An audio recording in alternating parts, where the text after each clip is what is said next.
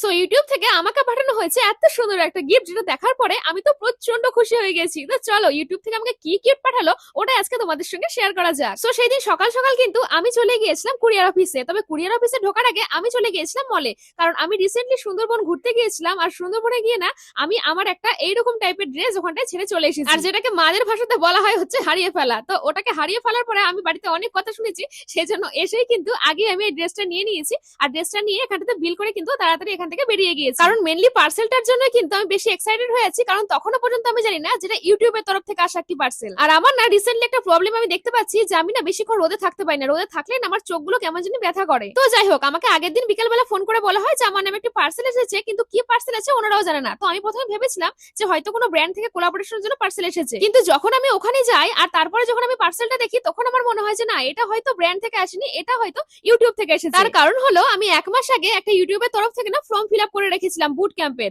তো সেটারই হয়তো একটা গিফট হতে পারে, এরকম একটা ভাবনা চিন্তা করে কিন্তু এই প্যাকেটটা আমি খুলে দেখলাম যে হ্যাঁ, এটা কিন্তু ইউটিউবের তরফ থেকে আসা একটা গিফট। এন্ড অবভিয়াসলি এটার জন্য কিন্তু কোনো রকম কোনো চার্জেস আমার লাগেনি বা টাকা লাগেনি আর কি। তো তারপর এখান থেকে বেরিয়ে কিন্তু আমি চলে যাই একটা ফোনের দোকানে, কারণ ওখানটাতে আমার আইফোনের কিছু টুকিটাকি কাজ ছিল।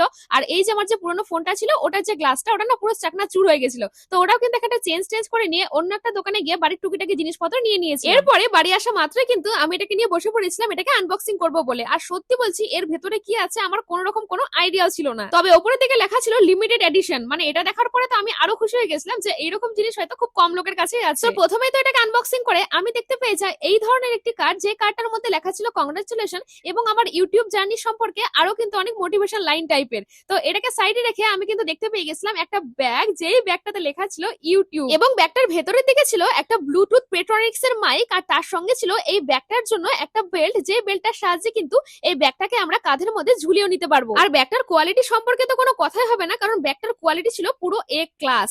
আর তারপরে কিন্তু আমি দেখতে পেয়ে গেছিলাম এই জিনিসটা, যেটা দেখার পরে আমি তো এতটা খুশি হয়ে গেছিলাম যে তোমরা আমার আশা করি রিয়াকশনটা দেখে বুঝতে পারছো। আর এই জিনিসটা ছিল একটা লাইট, যেই লাইটটা কিন্তু ছিল হচ্ছে ইউটিউবের লোগোর মতো দেখতে। আর তোমরা তো এটা দেখে বুঝতেই পারছো যে এটা হয়তো একটি লাইট, কারণ এটার সাথে কিন্তু একটা চার্জারের মতো জিনিসও ছিল। আর এটা দেখে আমি এতটা খুশি হয়ে গেছি, তার কারণ হচ্ছে প্রথমত এটা ইউটিউব থেকে পাঠিয়েছে, দ্বিতীয় কথা হচ্ছে এটা এতটা প্রিমিয়াম দেখতে, আর তৃতীয় কথা হচ্ছে যে এটা হচ্ছে ইউটিউবের লোগোর মতো দেখতে। আর এই দেখো লাইটটাকে জ্বালানোর পরে পুরো ঘরে কিন্তু আমার একদম লাল হয়ে গিয়েছিল, মানে লাইটটা কিন্তু অনেকটা বেশি পাওয়ার ছিল। তো ভিডিওটা শেষ করার আগে thank you so much YouTube আমাকে এত সুন্দর একটা গিফট পাঠানোর জন্য। আর তোমাদের আমার এই গিফটটা কেমন লাগলো আমাকে অবশ্যই কিন্তু কমেন্ট করে জানিও। তাহলে এখন আসি, দেখা হচ্ছে পরে কোনো ভিডিওতে, বাই।